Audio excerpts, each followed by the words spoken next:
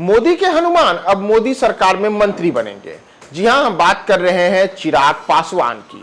नमस्कार, मैं हूं प्रियदर्शन और आप देख रहे हैं न्यूज फॉर नेशन। और केंद्र में मोदी सरकार की तीसरी बार गठन की तैयारी अंतिम चरण में है। आज शाम 7:15 बजे प्रधानमंत्री के रूप में लगातार तीसरी बार नरेंद्र मोदी शपथ लेंगे और इसके साथ ही उनके मंत्रिमंडल के सदस्यों का भी शपथ ग्रहण समारोह होगा।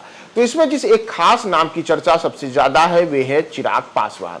चिराग पासवान यानी कि देश के पूर्व केंद्रीय मंत्री रामविलास पासवान के बेटे और अब लोजपा रामविलास पार्टी के प्रमुख चिराग पासवान तीसरी बार सांसद बने हैं। इसके पहले वे 2 बार लोकसभा का चुनाव जमुई संसदीय सीट से जीते थे, लेकिन इस बार उन्होंने पिता की कर्मभूमि हाजीपुर से चुनाव में अपने आप को उतारा और उन्होंने एक बड़ी जीत हासिल की। तो पिता की कर्मभूमि हाजीपुर से अब पुत्र चिराग पासवान जहां सांसद का चुनाव जीते हैं, तो वहीं अब पिता की तरह ही वे भी केंद्रीय मंत्री बनने के रास्ते पे बढ़ चुके हैं। और सूत्रों का कहना है कि चिराग पासवान आज शाम शपथ ग्रहण समारोह के दौरान उन्हें मंत्री पद की शपथ दिलाई जाएगी।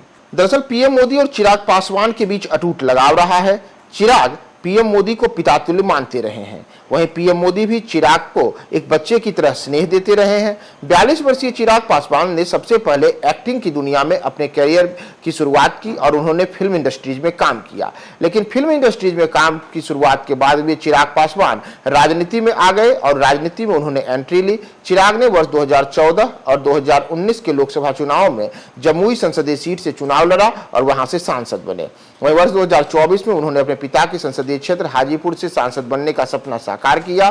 चिराग पासवान के अगर हम राजनीतिक जीवन को देखें तो वह भी अलग अलग समय में अलग अलग उथल पुथल भारी कहानियों से भरा रहा है। जैसे जब चिराग पासवान के पिता रामविलास पासवान का निधन हुआ तो उनके चाचा ने उनकी लोजपा पार्टी 2 धड़े में बट गई और चिराग पासवान तब अकेले बच गए थे। इस दौरान जो उनके चाचा थे और उनके पार्टी के शेष 5 सांसद थे वे अलग हो गए थे।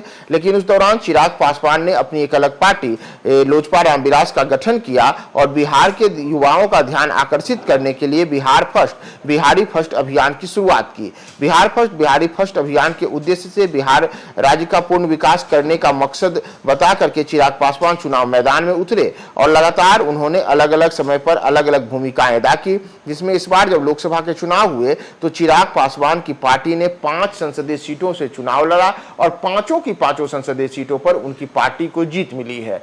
तो ऐसे में 5 सांसदों वाली पार्टी लोजपा रामविलास के प्रमुख चिराग पासवान अब केंद्र सरकार में अहम भूमिका निभाएंगे। यह पहला मौका होगा जब चिराग पासवान केंद्र सरकार में मंत्री बनेंगे। जैसा आपको हमने बताया कि वे पहले भी 2 बार सांसद रह चुके हैं, लेकिन तब उन्हें मंत्री बनने का मौका नहीं मिला था। और अब चिराग पासवान आज शाम केंद्रीय मंत्रिमंडल में शामिल होने वाले कुछ युवा नेताओं में एक रहेंगे और साथ ही साथ बिहार से वैसे नेता जो इस बार केंद्रीय मंत्रिमंडल में शामिल होंगे उसमें चिराग पासवान सबसे युवा चेहरे के रूप में केंद्रीय मंत्रिमंडल में शामिल हो सकते हैं।